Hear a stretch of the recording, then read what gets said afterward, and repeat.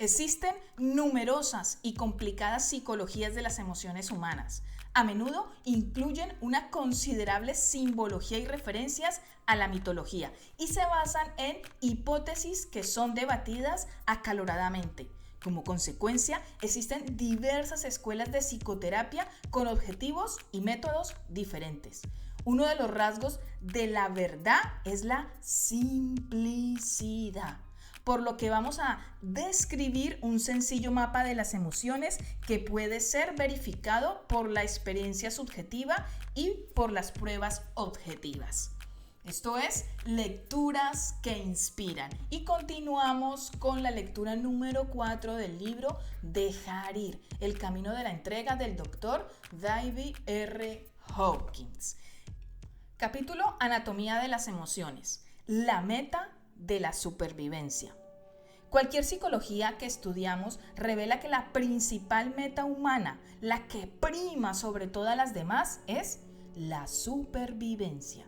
Cada deseo humano busca asegurar la supervivencia personal y de los grupos con los que uno se identifica, como la familia, los seres queridos y el país. El humano teme, más que cualquier otra cosa, perder la capacidad de experimentar. Por esta razón, las personas están interesadas en la supervivencia del cuerpo, ya que creen que ellas son sus cuerpos y por lo tanto los necesitan para experimentar sus existencias. Debido a que las personas se consideran separadas y limitadas, su sensación de carencia les causa estrés. Un rasgo común en los humanos es buscar fuera de sí mismos la satisfacción de sus necesidades. Esto los lleva a sentirse vulnerables, ya que son insuficientes por sí mismos. La mente es, por lo tanto, un mecanismo de supervivencia y su método principal es el uso de las emociones. Estas engendran los pensamientos y con el tiempo se convierten en una versión en taquigrafía de ellos. Miles e incluso millones de pensamientos pueden ser reemplazados por una sola emoción. Las emociones son más básicas y primitivas que los procesos mentales. La razón es la herramienta que la mente utiliza para lograr sus fines emocionales. Cuando es utilizada por el intelecto, la emoción básica subyacente generalmente es inconsistente o por lo menos está al margen de la conciencia. Cuando la emoción subyace, es olvidada o ignorada y no se experimenta. El sujeto no es consciente del motivo de sus actos y desarrolla todo tipo de justificaciones. De hecho, con frecuencia no sabe por qué hace lo que hace. Una manera simple de volverse consciente de las emociones subyacentes tras cualquier actividad consiste en utilizar la pregunta ¿para qué? Después de cada respuesta se vuelve a preguntar ¿para qué? Una y otra vez hasta que se descubre el sentimiento básico. Veamos un ejemplo. Un hombre quiere un Cadillac nuevo. Su mente da todas las razones lógicas, pero en realidad la lógica no lo explica. Así que se pregunta a sí mismo, ¿para qué quiero el Cadillac? Bueno, se dice, es una seña de reconocimiento, de respeto y del estatus exitoso de sólido ciudadano. Y otra vez, ¿para qué quiero el estatus? Para conseguir el respeto y la aprobación de los demás, puede decir.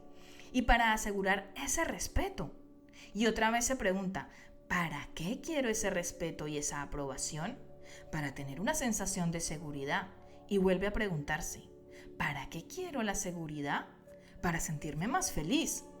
La pregunta constante del ¿para qué? Revela que en el fondo hay un sentimiento de inseguridad, infelicidad y falta de plenitud. Cada actividad o deseo revelará que el objetivo básico es lograr una cierta sensación.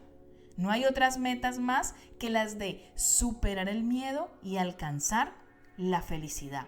Las emociones están conectadas con lo que creemos que va a garantizar nuestra supervivencia, no con lo que verdaderamente lo hará. En realidad, las emociones son la causa del miedo básico que nos impulsa a todos a buscar constantemente la seguridad.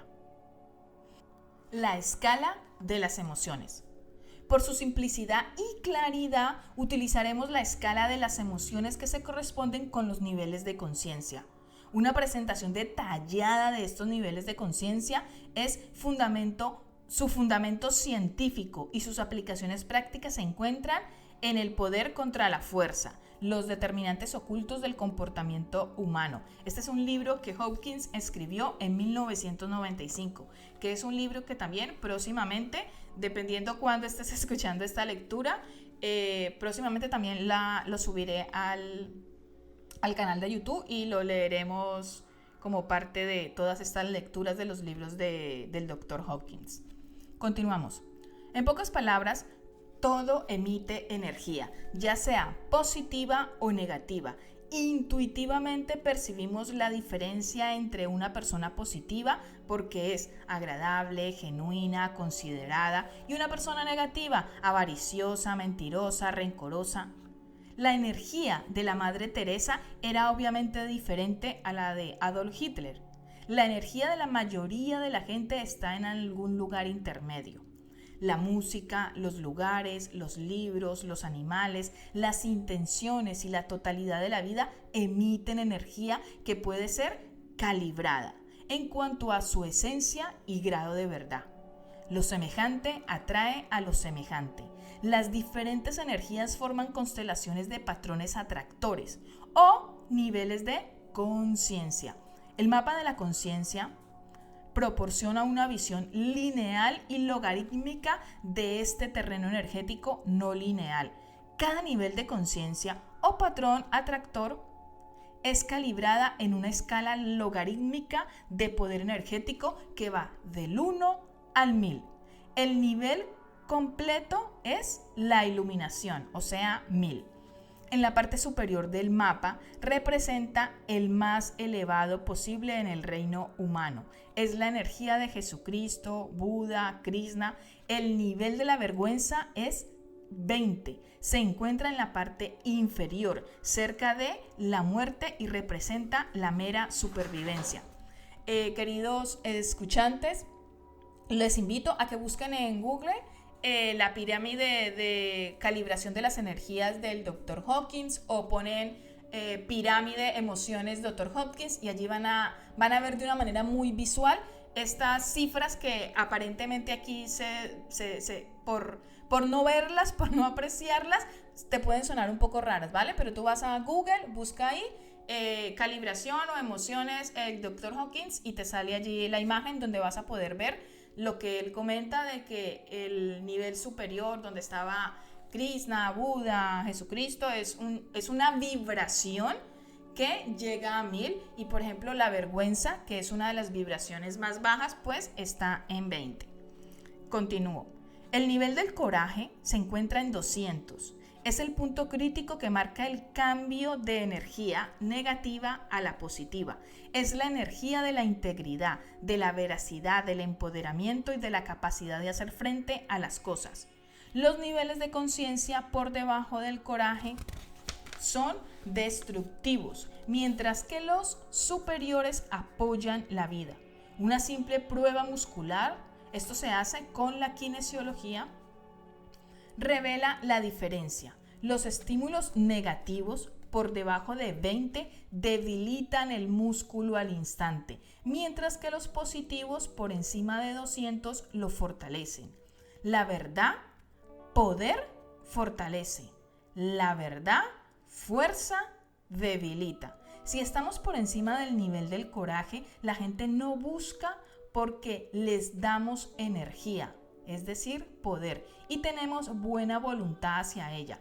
Por debajo del nivel del coraje, las personas nos evitan porque les robamos energía, fuerza, y queremos usarlas para nuestras propias necesidades materiales o emocionales. Aquí esbozo la escala básica desde las energías más elevadas hasta las inferiores. Esta es la escala, queridos oyentes, que yo les digo que la pueden buscar en Google. La paz. Cuando experimentas y sientes paz, esto se calibra en un nivel de 600. La paz se experimenta como perfección, felicidad, fluidez y unidad. Es un estado de no dualidad más allá de la separación y del intelecto. La paz sobrepasa todo entendimiento, se describe como iluminación y entendimiento. Es rara en los humanos. Siguiente, alegría, se calibra en 540. Es el amor incondicional e inmutable, a pesar de las circunstancias y las acciones de los demás. El mundo se ilumina con una exquisita belleza que se ve en todas las cosas. La perfección de la creación es evidente por sí misma. Se desarrollan la aproximación a la unidad y al descubrimiento del ser, la compasión por todo, una enorme paciencia, un sentimiento de unidad con los demás y una preocupación por su felicidad. Prevalece la sensación de autorrealización y autosuficiencia. Amor. El amor se calibra en 500. Es una forma de ser que perdona, nutre y apoya. No procede de la mente, sino que emana del corazón. El amor se centra en la esencia de una situación, no en los detalles. Trata con la totalidad y no con lo particular. La visión va reemplazando a la percepción. No se toma posición. Se ve el valor intrínseco y la amabilidad de todo lo que existe. La razón calibra en 400.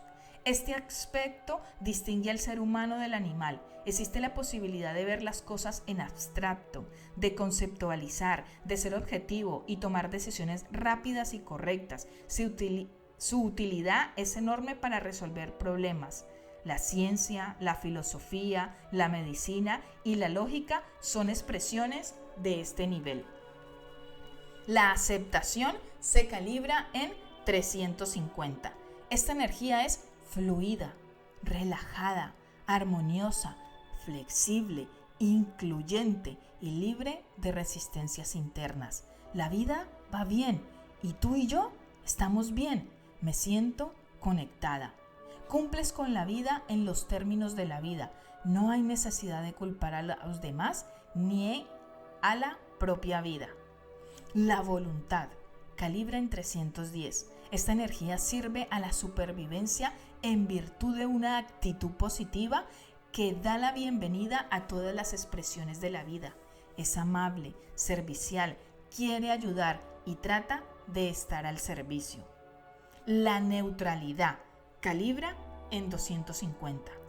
Esta es una forma de vida cómoda, práctica y relativamente libre de emotividad. Se está bien de cualquier manera.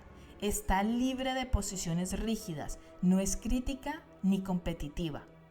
El coraje calibra en 200. Esta energía dice, puedo hacerlo. Es determinada, está entusiasmada con la vida, la productividad, la independencia y la autocapacitación. Es posible la acción eficaz. El orgullo calibra en 175. Mi manera es la mejor, dice este nivel. Se centra en el logro, el deseo del reconocimiento, lo especial y el perfeccionismo. Se siente mejor que y superior a los demás. La ira calibra en 150.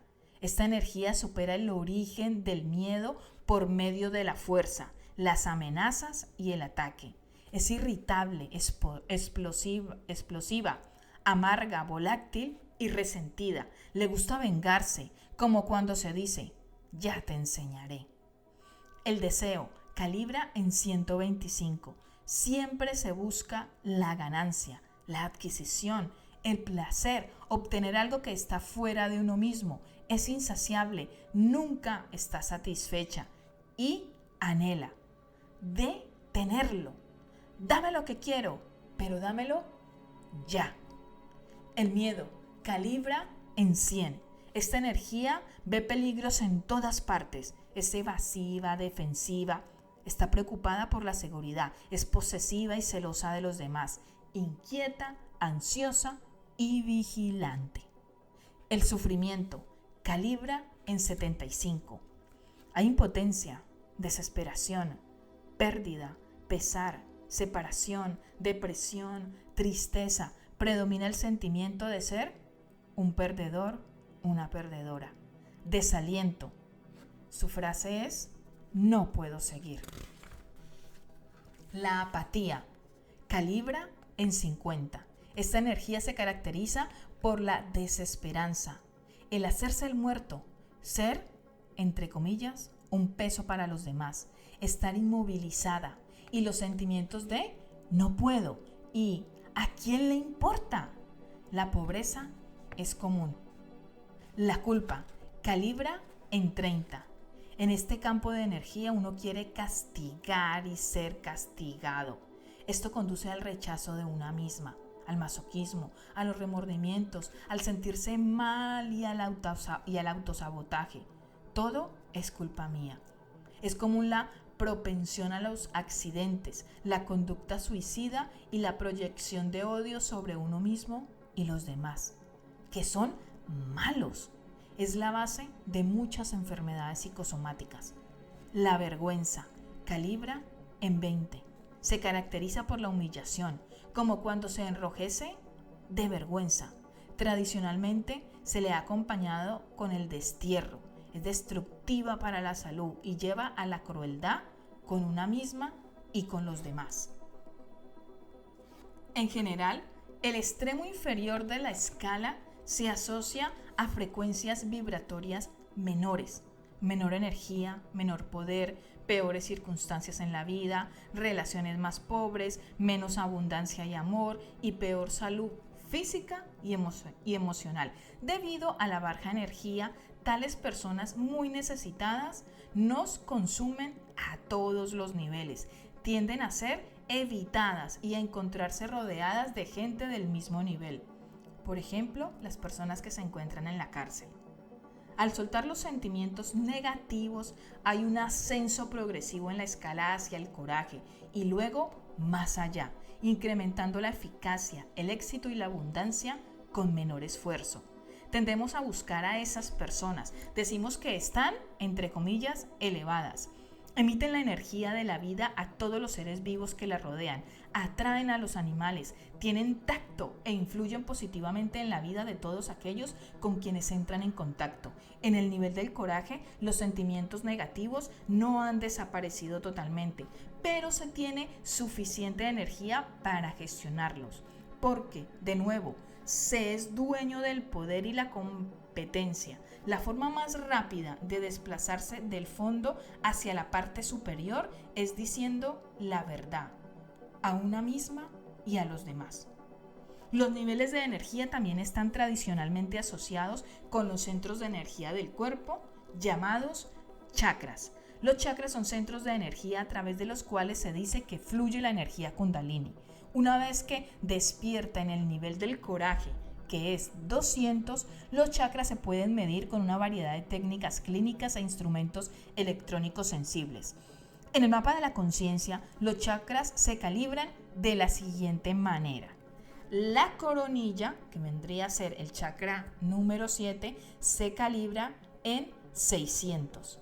El tercer ojo, el chakra número 6, se calibra en 525. El chakra de la garganta, que es el chakra número 5, se calibra en 350. El chakra del corazón, que es el número 4, se calibra en 505. El chakra del plexo solar, que es el chakra número 3, se calibra en 275. El sacro o vaso, que es el chakra número 2, se calcula también en 275. Y el chakra base o raíz, que es el chakra número 1, se calibra en 200. Cuando renunciamos a los sentimientos negativos, la energía de los chakras superiores aumenta. Por ejemplo, en vez del habitual desahogo del vaso, que es el segundo chakra, ahora nos describen como todo corazón, que es el cuarto chakra. Este sistema de energía tiene un impacto directo sobre el cuerpo físico. La energía de cada chakra fluye a través de canales llamados meridianos a todo el cuerpo energético, que es como un esquema del cuerpo físico. Cada meridiano se relaciona con determinado órgano y cada órgano está asociado a una emoción en particular. Cada emoción negativa desequilibra la energía de un meridiano del sistema de la acupuntura y su órgano asociado. Por ejemplo, la depresión, la desesperación y la melancolía están vinculadas al meridiano del hígado, por lo que estas emociones tienden a inferir en la función hepática. Cada sentimiento negativo afecta a un órgano del cuerpo y a medida que pasan los años, dicho órgano enferma y con el tiempo falla. Cuanto más bajo sea nuestro estado emocional, más negativamente influiremos en nuestras propias vidas y en la vida que nos rodea. Cuanto más elevado sea el nivel emocional en evolución, más positiva será nuestra vida a todos los niveles y apoyaremos toda la vida de nuestro entorno. A medida que reconocemos y entregamos las emociones negativas, tenemos más libertad. Ascendemos en la escala y con el tiempo experimentamos predominantemente sentimientos positivos.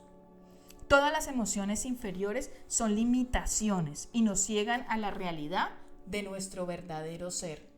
A medida que ascendemos por la escala mediante la entrega y nos acercamos a la parte superior, empieza un nuevo tipo de experiencia. En la parte más elevada de la escala se encuentra la realización del verdadero ser y los diferentes niveles de iluminación. A medida que conseguimos más libertad, afloran la conciencia espiritual y la intuición.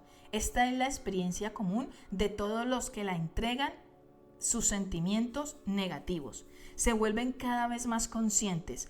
Aquello que es imposible ver o experimentar en los niveles inferiores de la conciencia se hacen evidentes por sí mismos e increíblemente obvio en los niveles superiores. Comprender las emociones. De acuerdo con los hallazgos científicos, todos los pensamientos se archivan en el banco de la memoria de la mente y el sistema de archivos se basa en los sentimientos asociados en sus grabaciones más finas. Se archivan de acuerdo con el tono de los sentimientos asociados y no como hechos. En consecuencia, existe una base científica para afirmar que la autoconciencia se incrementa mucho a través de la observación de los sentimientos que de los pensamientos. Literalmente, miles de pensamientos pueden llegar a estar afectados por un solo sentimiento asociado. La comprensión de la emoción subyacente y su correcto manejo son, por lo tanto, más gratificantes y consumen menos tiempo que ocuparse de los pensamientos. Al principio, si uno no está familiarizada con el tema de los sentimientos, es aconsejable comenzar observándolos sin ninguna intención de hacer nada con ellos. De esta manera se producirán algunas aclaraciones sobre la relación entre sentimientos y pensamientos. Cuando aumente la familiaridad, puede haber un poco de experimentación. Por ejemplo, es posible atrapar algunas series de pensamientos que tienden a repetirse e identificar la sensación asociada. Entonces se puede trabajar con la sensación, aceptando primero que está ahí, sin resistirse a ella ni condenarla. Después se comienza a vaciar la energía de la sensación, dejándola ser lo que es hasta que se agote.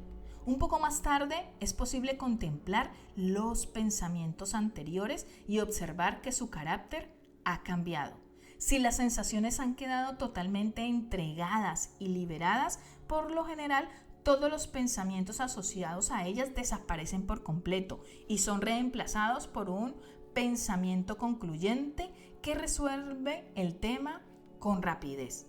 Por ejemplo, un hombre extravió su pasaporte poco antes de viajar a un país extranjero. A medida que la fecha de salida prevista se acercaba, sentía cada vez más pánico. Su mente se aceleraba para pensar dónde podría haberse perdido su pasaporte. Lo buscó arriba y abajo. Intentó varios trucos mentales en vano. Se reprendía a sí mismo. ¿Cómo pude ser tan estúpido de perder el pasaporte? Ahora no tengo tiempo de conseguir otro. A medida que el fatídico día se acercaba, se enfrentó a un dilema real. Sin pasaporte, no había viaje. Perder el viaje tendría muchas consecuencias negativas, ya que era tanto de negocios como de placer, y se hubiera creado una situación difícil. Finalmente se acordó de practicar la técnica de dejar ir.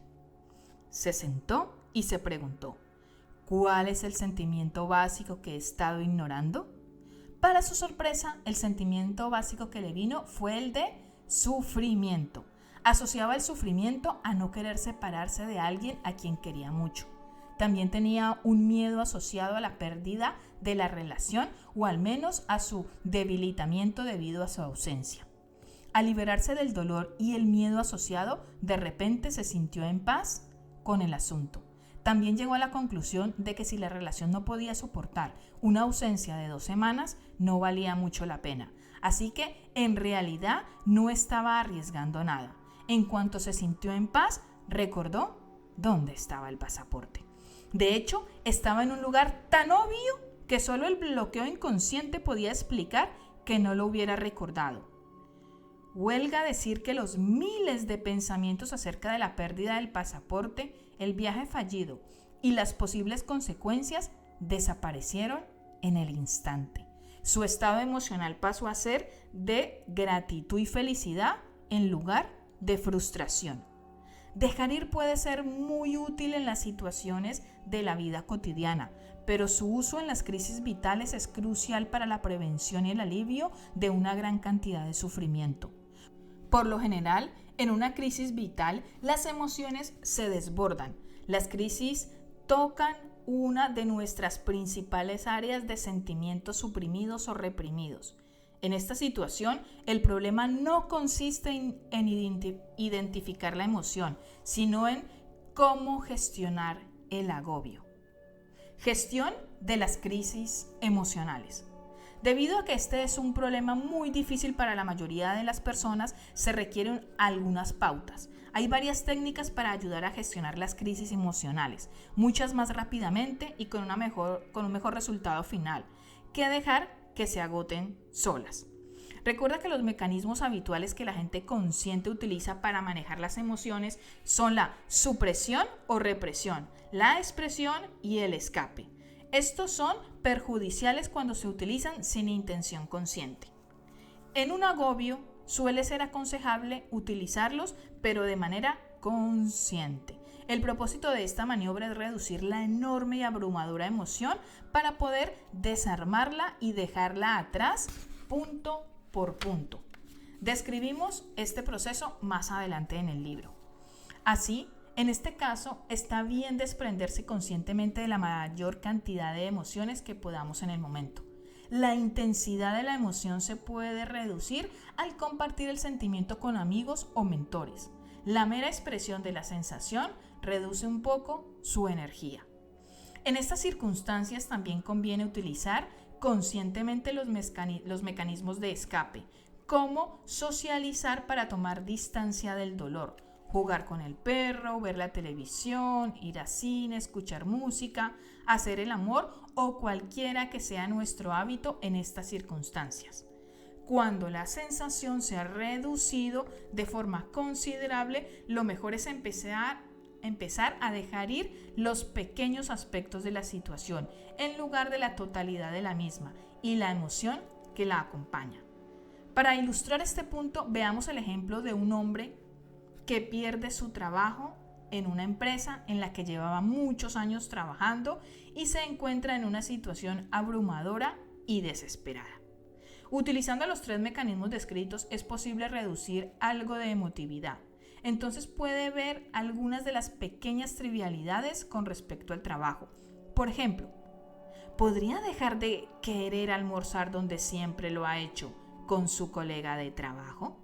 ¿Podría dejar de querer aparcar su coche en la plaza que siempre usó en el pasado? ¿Podría dejar de querer subir en el mismo ascensor? ¿Podría soltar el apego a su escritorio? ¿Podría soltar el apego a su secretaria y su simpatía hacia él? ¿Podría soltar el apego a su ordenador? ¿Podría dejar de ver al mismo jefe todos los días? ¿Podría dejar de lado sus sentimientos de familiaridad con los ruidos de fondo de la oficina?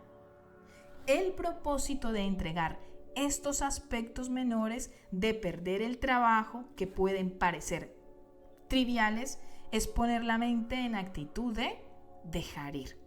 La actitud de dejar ir nos lleva al nivel del coraje, en el que los sentimientos negativos, reconocidos y trabajados, han perdido su carga. De pronto nos damos cuenta de que tenemos el coraje necesario para enfrentar la situación, reconocer nuestros sentimientos y hacer algo al respecto.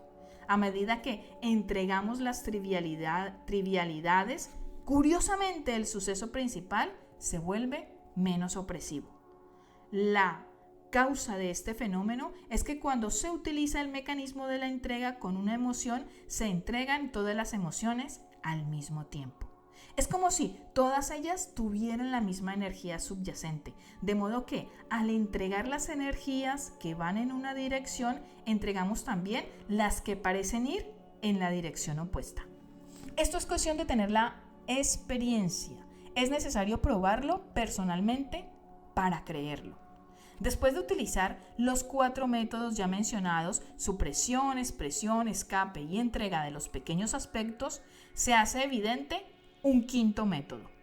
En realidad, cada emoción intensa es una combinación de varias emociones subsidiarias y es posible desarmar el complejo emocional total.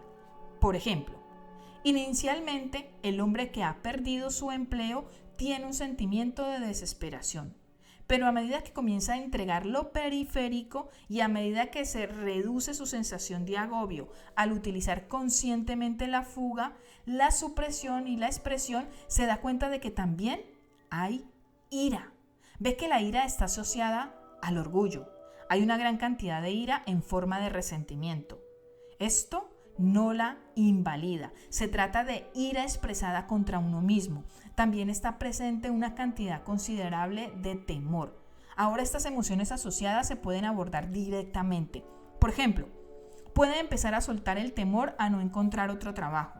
Cuando reconoce y aparta ese miedo, todas las posibilidades alternativas se vuelven evidentes para él.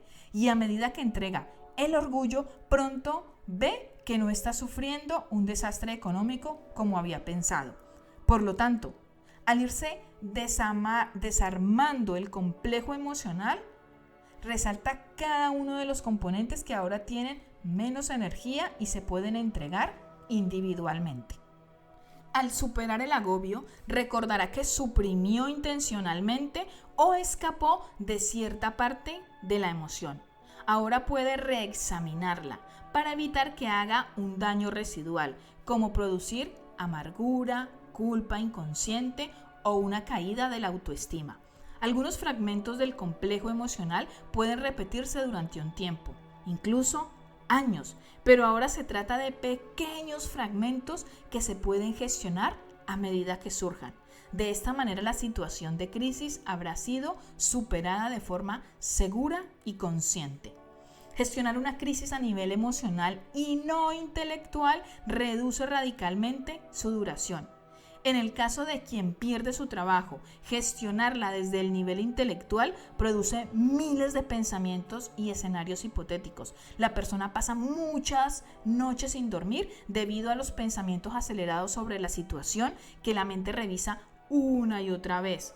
Todo esto es inútil. Hasta que no se entrega la emoción subyacente, los pensamientos seguirán generándose indefinidamente. Todos conocemos personas que sufrieron una crisis emocional hace muchos años y todavía hoy no se han recuperado. La crisis ha enturbiado su vida y ha pagado un alto precio por no saber gestionar las emociones subyacentes. Numerosos beneficios se derivan de gestionar con éxito una crisis vital. Por un lado, la cantidad de emoción suprimida o reprimida es mucho menor. La crisis ha forzado su aparición para que pueda ser entregada y por lo tanto la cantidad que queda almacenada ha disminuido. Crecen las sensaciones de autoestima y confianza porque uno es consciente de que puede sobrevivir y gestionar lo que la vida le traiga. Se reduce el miedo a la vida en general, crece la sensación de dominio, la compasión por el sufrimiento de los demás y la capacidad de ayudarlos a superar circunstancias similares. Paradójicamente, una crisis vital a menudo va seguida de un periodo de paz y tranquilidad, de duración variable, que a veces se acerca al nivel de la experiencia mística. Con frecuencia, la noche oscura del alma precede a los estados de conciencia elevados.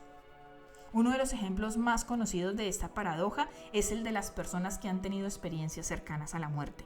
Actualmente hay muchos libros sobre el tema que revelan algo en común.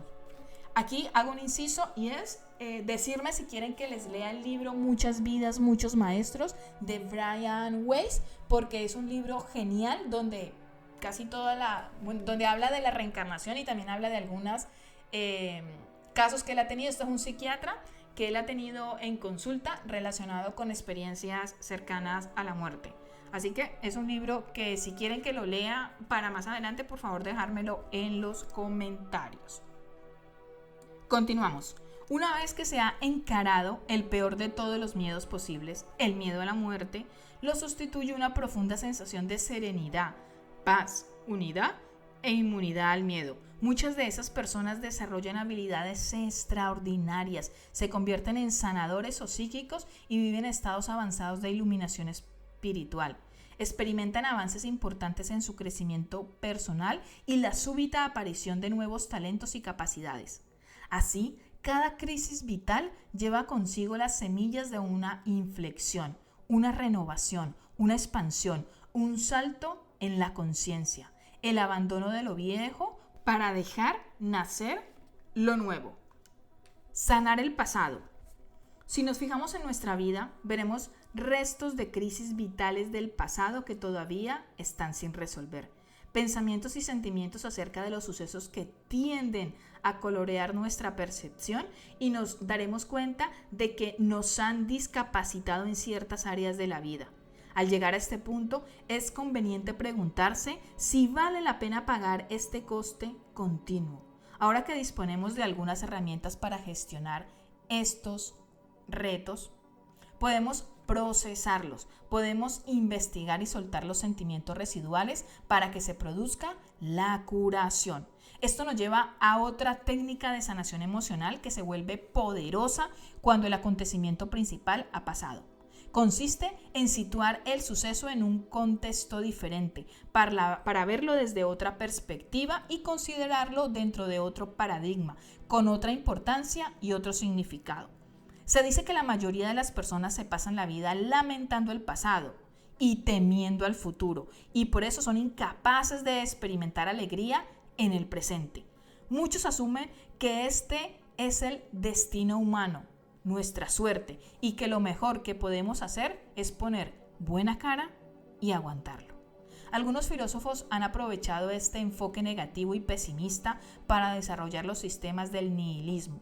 Evidentemente, estos filósofos, algunos de los cuales han sido aclamados en los últimos años, son meras víctimas de emociones dolorosas que no han sabido gestionar y que provocaron una intelectualización y una elaboración interminable. Algunos pasaron toda su vida construyendo sofisticados sistemas intelectuales para justificar lo que resulta absolutamente obvio, que es una simple emoción reprimida. Una de las herramientas más eficaces para gestionar el pasado es crear un contexto diferente. Esto significa que le damos un significado distinto, asumimos otra actitud con respecto a las dificultades o traumas vividos y valoramos el regalo escondido en ellos. Viktor Frankl fue el primero en reconocer el valor de esta técnica en psiquiatría. Expuso su enfoque que llamó logoterapia en su famoso libro El hombre en busca del sentido. Con su experiencia personal y clínica demostró que los acontecimientos emocionales y los sucesos traumáticos cambian y sanan considerablemente cuando se los dota de un nuevo sentido. Frankl habló de su experiencia en los campos de concentración nazis, donde llegó a considerar su sufrimiento físico y psíquico como una oportunidad para lograr el triunfo interior. Todo se puede tomar de un hombre, menos una cosa: La última de las libertades humanas consiste en elegir la propia actitud ante cualquier conjunto de circunstancias, elegir el propio camino. Frank, 1954. Frank recontextualizó sus terribles circunstancias a fin de que tuvieran un profundo significado para el espíritu humano. Cada experiencia en la vida, sin importar lo, entre comillas, trágica que sea, contiene una lección oculta.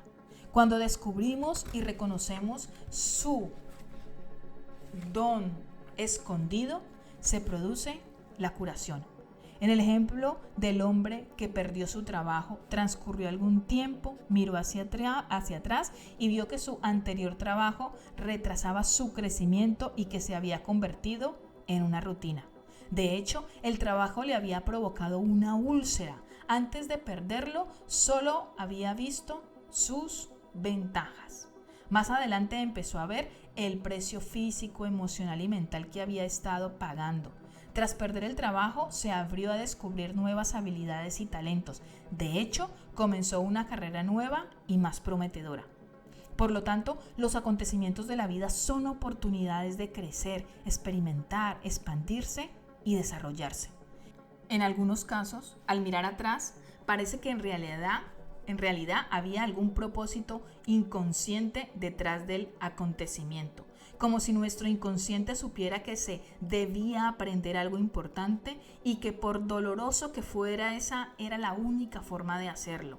Este principio forma parte de la psicología de Carl Jung, quien tras toda una vida de estudio llegó a la conclusión de que en el inconsciente existe un impulso innato hacia la plenitud, la integridad y la realización del ser, y que el inconsciente procura los medios para llevarlo a cabo, aunque resulten traumáticos para la mente consciente. Jung también habló de un aspecto inconsciente de nosotras mismas que lo llamó la sombra. La sombra son todos los pensamientos, sentimientos y conceptos reprimidos con respecto a nosotras mismas que no queremos afrontar. Uno de los beneficios de las crisis es que a menudo nos llevan a familiarizarnos con nuestra sombra. Al darnos cuenta de que compartimos todo con toda la humanidad, nos hacemos más humanas y más completas. Todas las cosas que pensamos que eran culpa de otros están igualmente en nosotras mismas. Así, cuando las llevamos a la conciencia, las reconocemos y las entregamos. Ya no operan en nosotras de forma inconsciente. Cuando la sombra ha sido reconocida, pierde su poder. Lo único que necesita es reconocer que tenemos ciertos impulsos, pensamientos y sentimientos prohibidos. Entonces podemos gestionarlos con un ¿qué más da? Superar una crisis vital nos hace más humanos, más compasivos. Aceptamos mejor las cosas, nos volvemos más comprensivos con nosotros mismos y con los demás. Ya no gozamos quitándoles la razón a los demás ni a nosotros mismos. Gestionar una crisis emocional nos lleva a mayor sabiduría y brinda beneficios de por vida. En realidad, el miedo a la vida es miedo a las emociones. No tememos los hechos, sino lo que nos hace sentir. Cuando dominamos los sentimientos, el miedo a la vida disminuye.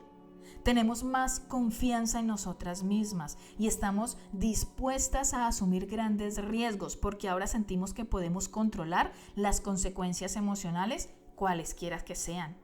Como el temor es la base de todas las inhibiciones, el dominio del temor implica desbloquear todas las vías de la experiencia vital que antes habíamos evitado. Por lo tanto, el hombre que supo gestionar la crisis de perder un empleo no volverá a experimentar ese miedo. Será más creativo en el siguiente trabajo y estará dispuesto a asumir los riesgos necesarios para alcanzar su éxito. Comienza a ver que en el pasado ese miedo inquietante a perder el empleo limitaba severamente su rendimiento. Lo hacía miedoso y cauteloso y le costó su autoestima al tener que doblegarse ante sus superiores. Uno de los beneficios de una crisis vital es mayor autoconciencia. La situación es abrumadora y nos vemos obligadas a detener todos nuestros divertimentos, contemplar detenidamente nuestra situación vital y volver a evaluar nuestras creencias, metas y valores, así como el rumbo en la vida. Es una oportunidad para reevaluar y soltar la culpa y también para un cambio total de actitud. Las crisis vitales nos enfrentan a los polos opuestos. ¿Debo odiar o perdonar a esta persona? ¿Debo aprender de esta experiencia o crecer o resistirme a ella y amargarme? ¿Elijo pasar por alto los defectos del otro y los propios o por el contrario, los rechazo y ataco mentalmente? ¿Debo retirarme ante una situación similar en el futuro o debo trascender esta crisis y dominarla de una vez por todas? ¿Elijo la esperanza o el desaliento? ¿Puedo utilizar la experiencia como una oportunidad para aprender, a compartir o me encierro en una coraza de miedo y amargura? Cada experiencia emocional es una oportunidad para ir hacia arriba o hacia abajo. ¿Qué elegirás? Esta es tu confrontación. Tenemos la oportunidad de elegir si queremos conservar o soltar los trastornos emocionales. Vemos el coste de aferrarnos a ellos. ¿Queremos pagar el precio? ¿Estamos dispuestas a aceptar los sentimientos? Podemos ver los beneficios de dejarlos ir. Nuestra elección determinará nuestro futuro. ¿Qué clase de futuro quieres? ¿Elegirás la sanación o convertirte en una lisiada ambulante? Al hacer esta elección, es conveniente ver la recompensa que obtenemos al aferrarnos a los restos de una experiencia dolorosa. ¿Cuáles son las satisfacciones que conseguimos? ¿Estamos dispuestas a conformarnos con tan poco? ¿Ira? ¿Odio? ¿Autocompasión? ¿Resentimientos? Todo esto tiene su pequeña recompensa barata, esa pequeña satisfacción interior.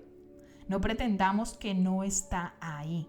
Hay un placer extraño, peculiar, en aferrarse al dolor. Sin duda satisface nuestra necesidad inconsciente de aliviar la culpa a través del castigo. Nos permite sentirnos desdichados y descompuestos. Entonces surge la pregunta, ¿pero por cuánto tiempo?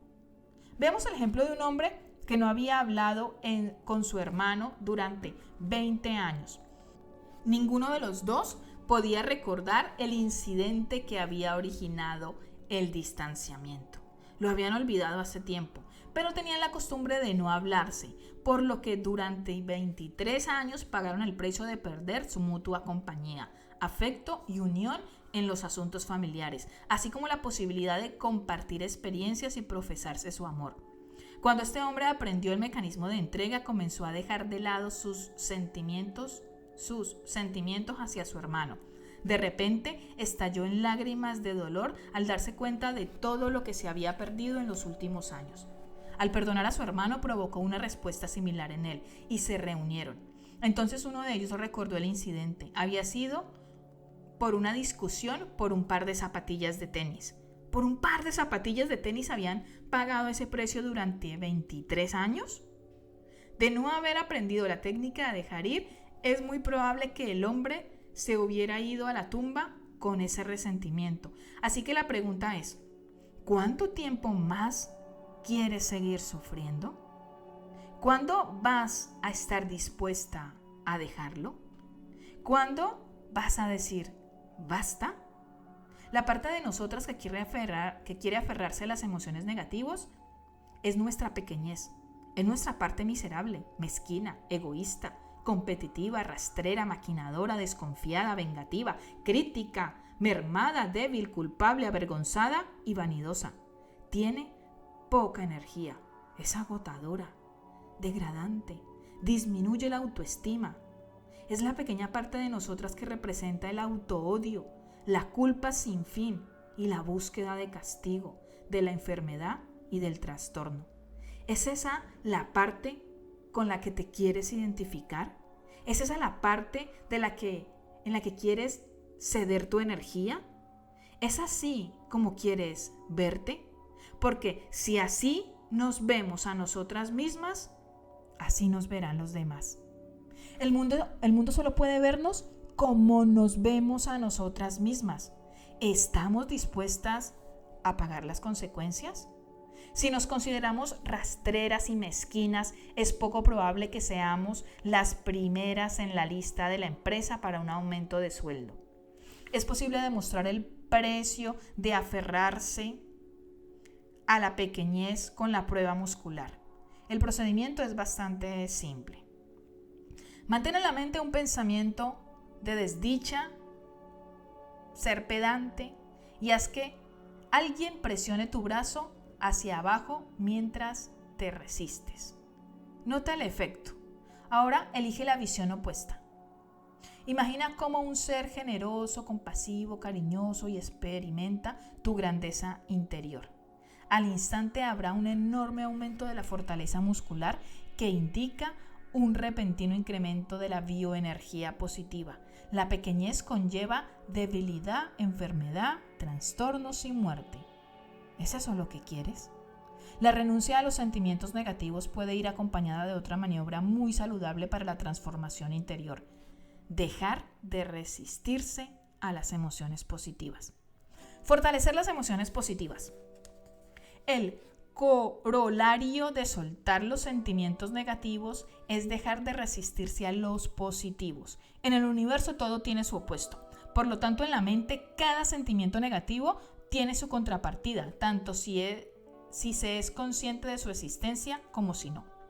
Un ejercicio muy iluminador consiste en sentarse, observar la sensación opuesta a la emoción negativa que estamos viviendo y dejar de resistirnos a ella. Digamos, por ejemplo, que se acerca el cumpleaños de un amigo y nos sentimos resentidos y mezquinos. Por lo tanto, nos cuesta salir a comprar un regalo y el día se acerca. Los sentimientos opuestos son los de perdón y generosidad. Basta con empezar a buscar el sentimiento de perdón en nosotros mismos y dejar de resistirnos a él. Al ir soltando nuestra resistencia a ser piadosos, a menudo nos sorprende que los sentimientos piadosos vengan en oleada. Empezaremos a reconocer qué parte de nuestra naturaleza siempre ha tenido la voluntad y el deseo de perdonar, pero no nos atrevíamos a correr ese riesgo. Pensábamos que pareceríamos tontos, pensábamos que manteniendo el resentimiento castigábamos a la otra persona, pero en realidad estábamos reprimiendo el amor. Al principio es posible que no sintamos esto conscientemente y específicamente con relación a nuestro amigo, pero empezaremos a notar que tenemos este aspecto en nuestra personalidad. A medida que sigamos entregando nuestra resistencia a amar, nos daremos cuenta de que dentro de nosotras hay algo que quiere dar y compartir, liberarse del pasado y enterrar el hacha de guerra. Deseamos hacer un gesto amistoso, queremos curar la separación, reparar la herida, corregir el error, expresar gratitud y arriesgarnos a que piensen que somos tontos. El propósito de este ejercicio es atraer a nosotras la grandeza, que es el coraje para superar obstáculos. Es la voluntad de pasar al nivel más elevado del amor. Es la aceptación de la humanidad, de los demás y la compasión por su sufrimiento al ponernos en su lugar. Al perdonar a los otros, nos perdonamos a nosotros mismos y nos aliviamos de la culpa. Nuestra verdadera recompensa es desaprendernos de la negatividad y elegir amar. Somos nosotros los beneficiados. Nosotros ganamos la verdadera recompensa. Este incremento de la autoconciencia trae la progresiva invulnerabilidad al dolor. Una vez que aceptamos compasivamente nuestra humanidad y la de los demás, ya no estamos sujetos a la humillación. La verdadera humildad es parte de la grandeza. Del reconocimiento de quienes somos realmente surge el deseo de buscar lo que nos inspira. De él se deriva un nuevo significado y contexto para la vida. Cuando ese vacío interior debido a la falta de autoestima es reemplazado por el verdadero amor a nosotras mismas, ya no tenemos que buscar felicidad en el mundo porque su fuente está dentro de nosotras. Y caemos en cuenta de que el mundo no puede suministrarnos nada de valor. Ninguna riqueza puede compensar la sensación de pobreza interior. todos sabemos de la existencia de muchos multimillonarios que tratan de compensar su sensación interna de vacío y falta de valía. Una vez que conectamos con el ser interno, con esta grandeza interior, con esta plenitud, alegría y verdadera sensación de felicidad, trascendemos el mundo. Ahora el mundo es un lugar para disfrutar. Ya no somos dirigidos por él, ya no estamos en el lado del efecto, sino en el lado de la causa. Cuando utilizamos estas técnicas de renuncia de lo negativo y abandono de la resistencia a lo positivo, tomamos conciencia repentinamente de nuestra verdadera dimensión. Cuando se ha experimentado esto, no se olvida nunca. El mundo no volverá a intimidarnos como una vez lo hizo. Quizás sigamos aceptando las normas del mundo por puro hábito, pero la impulsividad interna, la vulnerabilidad y la duda han desaparecido. Externamente el comportamiento puede parecer el mismo, pero internamente ahora sus causas son totalmente diferentes. El resultado final de gestionar conscientemente las emociones son la vulnerabilidad y la imperturbabilidad. Ahora nuestra naturaleza interior es a prueba de balas. Somos capaces de ir por la vida con gracia y equilibrio. Y aquí terminamos la lectura del día de hoy. Si esta lectura te ha inspirado, te ha enseñado algo, te ha sumado, te invito a que la compartas con aquellas personas que tú sientas que le puede beneficiar, ya sea por WhatsApp, en tus redes sociales. Y ahora te voy a hacer una invitación. Si quieres recibir las notificaciones cuando suba nuevas lecturas, te invito a que te unas gratis al canal de Telegram o al grupo de WhatsApp. Allí cada vez que yo suba una nueva lectura, pues la voy a compartir para que la tengas presente para cuando te apetezca escucharla. Y por último, si quieres apoyar para que puedas seguir haciendo estas lecturas, te invito a que conozcas los cuadernos que he diseñado para ti, que son cuadernos de transformación personal. En el momento de hacer la grabación de esta lectura, puedes encontrar el cuaderno Lecturas que Inspiran. Este es un cuaderno que físicamente tiene un formato de un libro, pero por dentro lo que busca es que si a ti te gusta leer, si a ti te gusta escuchar este tipo de lecturas, si te gustan los audiolibros, que vayas escribiendo allí los aprendizajes, las frases, lo que te llevas de ese libro. Es como un diario, pero está relacionado concretamente con lecturas de libros. Te invito a que lo puedes adquirir en formato físico por Amazon. Creo que llega prácticamente a cualquier parte del mundo donde esté Amazon. Si lo quieres en PDF, lo puedes también adquirir en mi página web. Otro de los cuadernos que está es el cuaderno de amor propio. Es un cuaderno que va acompañado de un programa online con varios vídeos y descargables. Es un entrenamiento de 90 días para que despiertes y eleves tu amor propio. Va enfocado principalmente a las mujeres. Y el tercer cuaderno en el momento de publicar este audio es el cuaderno de Entreno mi mente amor, que va acompañado también de una serie de vídeos que tengo en mi otro canal de YouTube, que también te lo voy a dejar en la descripción por si quieres conocer el canal de YouTube, donde hablo de podcast, hablo de diferentes temas, principalmente todos muy enfocados en el despertar de la conciencia, en cómo potenciar nuestra experiencia humana para vivirla desde un espacio de más amor, gozo, disfrute y paz mental. Este cuaderno de Entreno mi mente amor está inspirado en el libro Un curso de milagros. Así que si quieres apoyarme, te invito a que adquieras algunos de estos cuadernos de transformación personal. En el enlace que te dejo aquí abajo en la descripción los vas a poder conocer. Y bueno, eso ha sido todo por el día de hoy en esta lectura. Nos escuchamos en la siguiente. Si tú quieres que haga la lectura de algún libro específico, déjamelo en los comentarios. Y en cuanto pueda, si es un libro que siento que puede sumar a toda la comunidad, muy amorosamente amaré leerte ese libro. Que tengas un feliz y maravilloso instante presente.